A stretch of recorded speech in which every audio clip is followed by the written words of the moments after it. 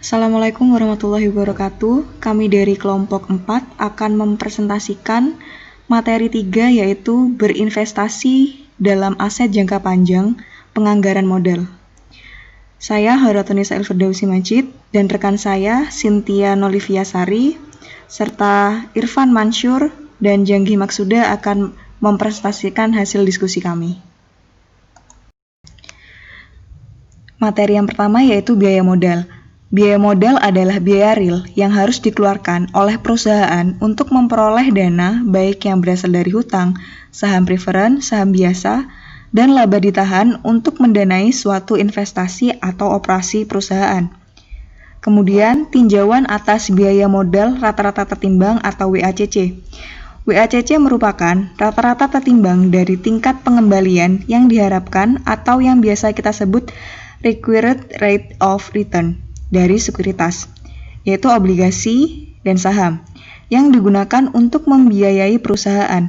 WACC bisa menghitung secara real berapa cost of capital dari suatu perusahaan.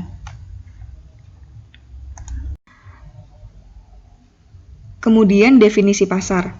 Komponen yang disediakan investor, berbagai jenis utang, saham preferen, dan ekuitas biasa disebut komponen modal. Peningkatan aset harus dibiayai dengan peningkatan komponen modal ini. Biaya setiap komponen disebut biaya komponennya. Pertama, RD yaitu tingkat bunga utang baru suatu perusahaan sama dengan biaya komponen utang sebelum pajak.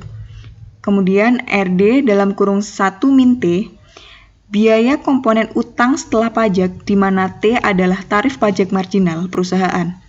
Rumus ini merupakan biaya utang yang digunakan untuk menghitung biaya modal rata-rata tertimbang.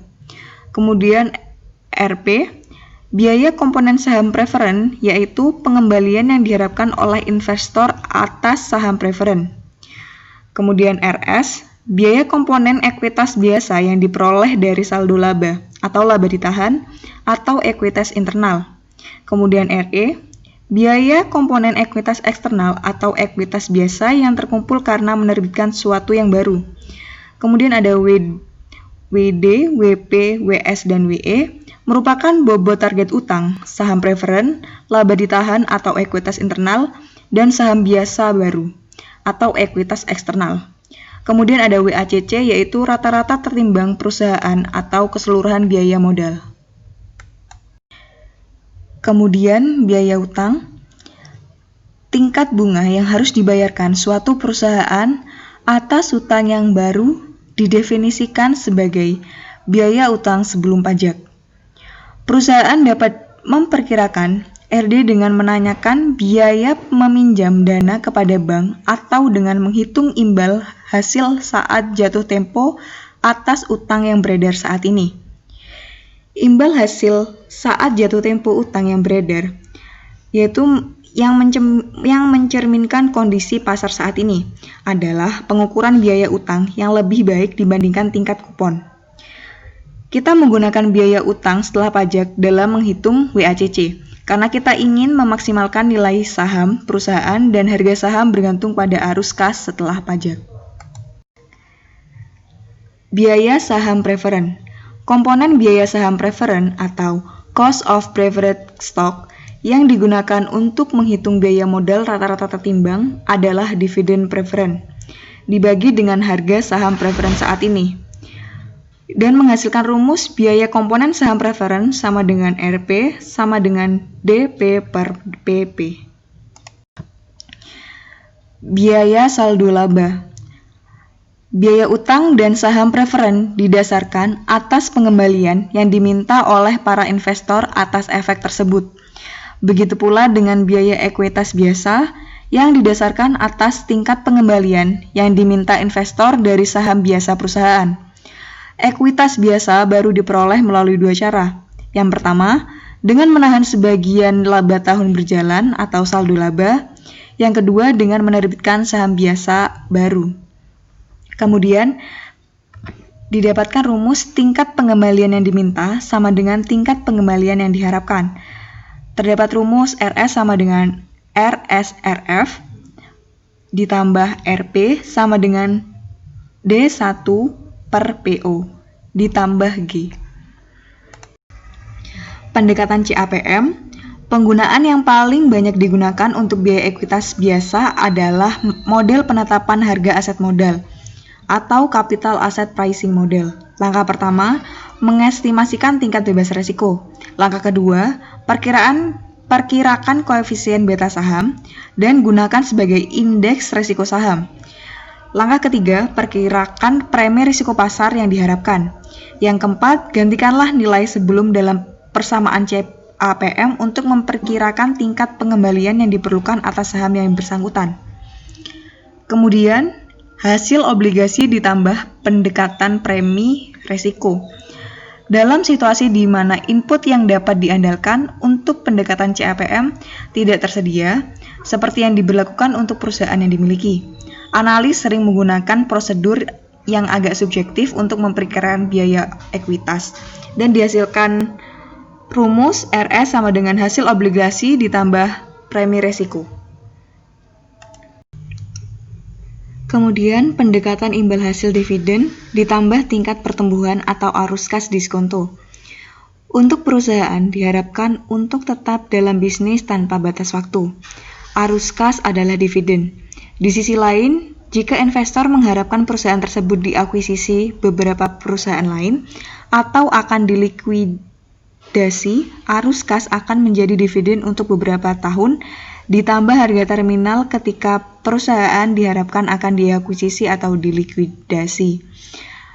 Dan terdapat rumus PO sama dengan D1 per RS min G. PO di sini adalah harga saham saat ini.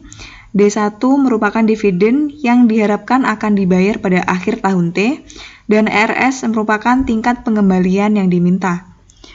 Kemudian materi yang terakhir, rata-rata alternatif estimasi. Sebagai konsultan, seharusnya bisa memperkirakan biaya modal perusahaan pada banyak kesempatan.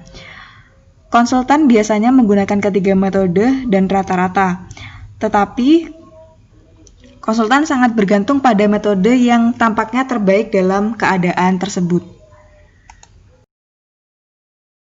Biaya saham biasa baru. Perusahaan biasanya menggunakan bankir untuk menerbitkan saham biasa atau preferred, dan terkadang untuk menerbitkan obligasi dengan imbalan komisi.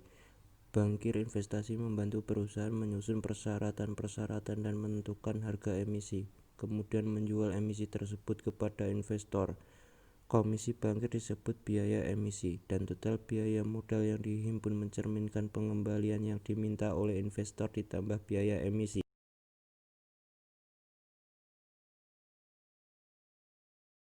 Menambah biaya emisi ke dalam biaya proyek.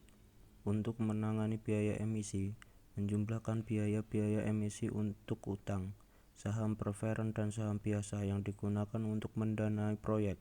Kemudian ditambah dengan biaya investasi awal, karena biaya investasi yang sekarang lebih tinggi, tingkat pengembalian yang diharapkan akan turun.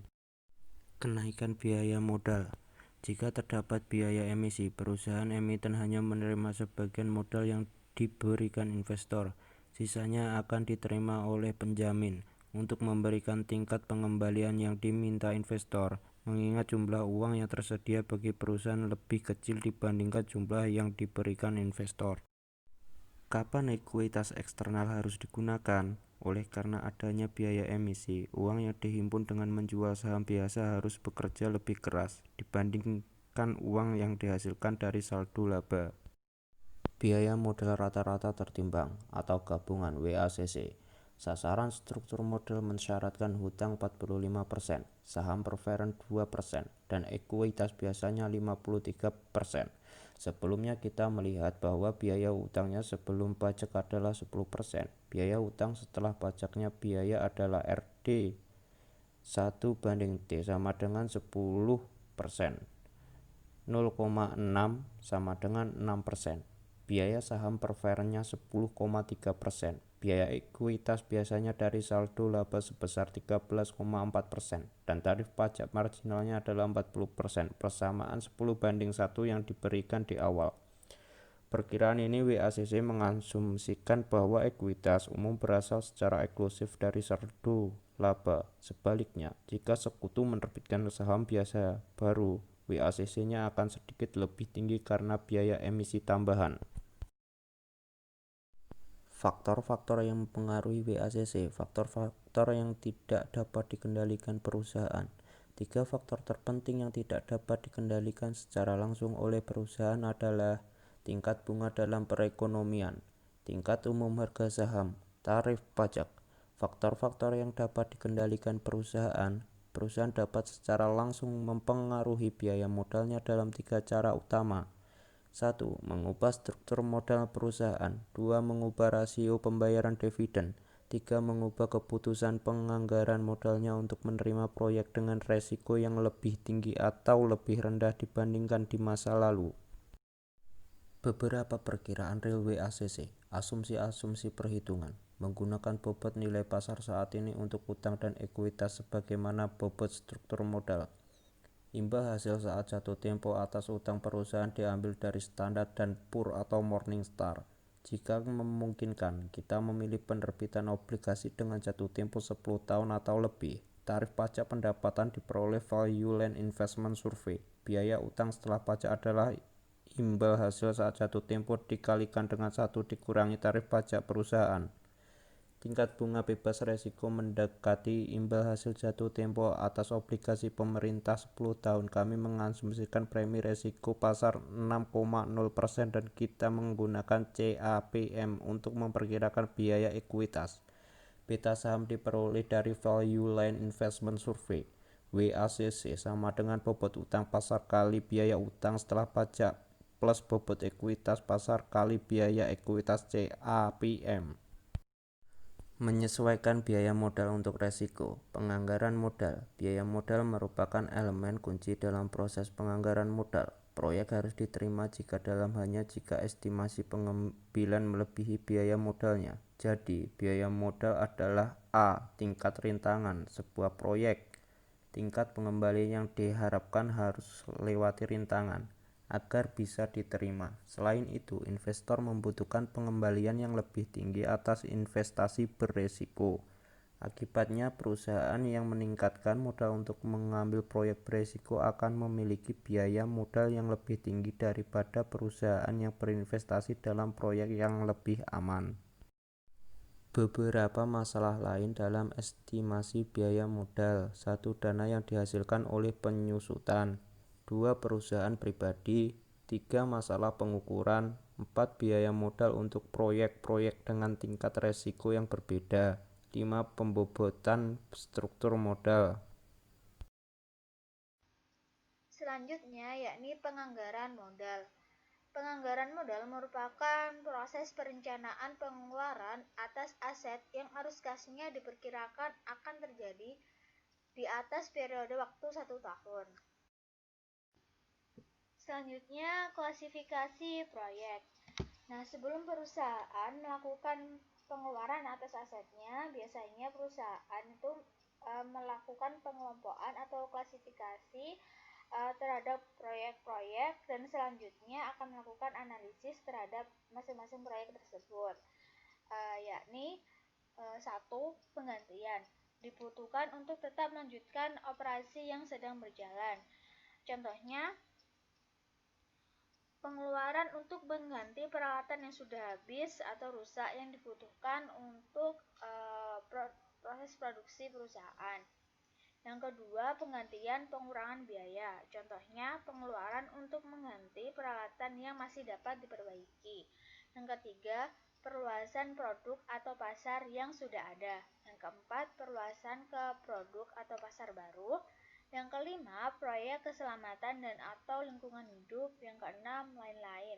Contohnya, proyek pembuatan gedung baru, lahan parkir, dan lain sebagainya. Yang ketujuh, merger. Nah, untuk memutuskan diterima atau tidaknya suatu proyek investasi, perusahaan berpatok pada kriteria penilaian investasi, yakni 1. NPV, 2. IRR, 3. MIRR, 4. Regular payback, 5. Discounted payback. 1. Nilai sekarang neto atau NPV. yakni nilai sekarang neto mengestimasikan seberapa besar suatu proyek berkontribusi terhadap kekayaan pemegang saham. Nah, makin besar NPV, maka makin besar nilai tambah yang diberikan oleh proyek itu. Rumus dari NPV yakni sebagai berikut. Nah, selanjutnya kriteria diterima atau ditolaknya suatu proyek investasi berdasarkan nilai NPV, yakni apabila nilai NPV lebih besar dari 0, maka proyek investasi diterima. Dan jika nilai NPV kurang dari 0, maka proyek investasi ditolak. Kemudian, jika nilai NPV sama dengan 0, maka proyek investasi diterima. Yang kedua, yakni tingkat pengembalian internal atau internal rate of return atau IRR, yakni didefinisikan sebagai tingkat diskonto yang memaksa NPV proyek menjadi sama dengan 0. Rumusnya adalah sebagai berikut. Kriteria diterima atau ditolaknya suatu proyek investasi berdasarkan nilai IRR, yakni jika IRR kurang dari WACC, maka usaha atau proyek tersebut tidak layak secara finansial. Kemudian, jika IRR sama dengan WACC, maka usaha atau proyek tersebut berada dalam keadaan BEP. Kemudian, jika IRR lebih besar dari WACC, maka usaha atau proyek tersebut layak secara finansial. Sekian presentasi dari kelompok kami. Terima kasih telah meluangkan waktu dan mohon maaf jika banyak kekurangan. Wassalamualaikum warahmatullahi wabarakatuh.